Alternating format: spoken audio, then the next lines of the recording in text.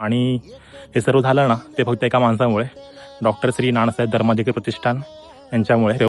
डोंबिवलीमध्ये आहे ना जो निसर्ग उरला आहे ना थोडाफार, आणि डोंगर वगैरे उरलेत, कुंभारली हिल म्हणून आहे, तुम्ही मॅपवर सर्च करू शकता. त्याच्यावरती वृक्ष लागवड केलेली आहे आणि सुंदर मेंटेन केलं आहे.